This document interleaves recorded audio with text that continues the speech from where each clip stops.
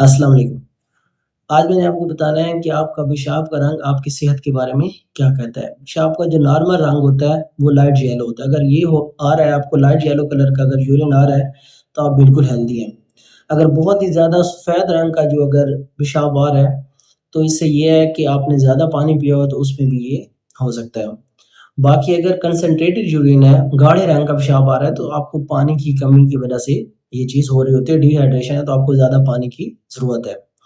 اگر کلاؤڈی رنگ کا پیشاب آ رہا ہے تو اس میں یہ ہو سکتا ہے آپ کو پیشاب کی نالی کا انفیکشن ہو، مطلب پیشاب کی نالی کے اندر کوئی انفیکشن ہوا ہے، یو ٹی آئی ہوا ہے تو اس میں بھی یہ ہو سکتا ہے، اور اگر سٹریس ہے تو اس کے اندر بھی کلاؤڈی رنگ کا جو ہے وہ یورین آ سکتا ہے۔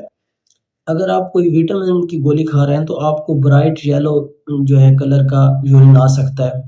اگر آپ کو اورنج کلر کا جو ہے یورین آ رہا ہے تو آپ کو جگر کا کوئی مسئلہ جو ہے وہ ہو سکتا ہے اس کے اندر۔ اگر آپ کو کالے رنگ کا پیشاب آ رہا ہے تو یہ فلیجل کی گولی کھانے کی وجہ سے بھی ہوتا ہے، اور اگر آپ کوئی قبض کشا اگر ادویات استعمال کر رہے ہیں تو اس کی وجہ سے بھی کالے رنگ کا پیشاب آ سکتا ہے۔ اگر آپ کے گردے خراب ہو رہے ہیں تو آپ کو ڈارک براؤن کلر کا بھی پیشاب آ سکتا ہے اس کے اندر۔ اگر آپ کو گرین کلر کا پیشاب آ رہا ہے تو اس میں اسپرجلوسس ایک فنگل انفیکشن ہے، اگر وہ ہو جائے تو اس کے اندر گرین کلر کا پیشاب بھی آ سکتا ہے۔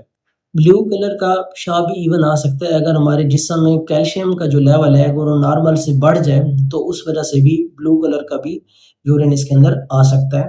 فومی یورین تب آتا ہے جب ہمارے پیشاب سے پروٹین کا لاس زیادہ ہو رہا ہو۔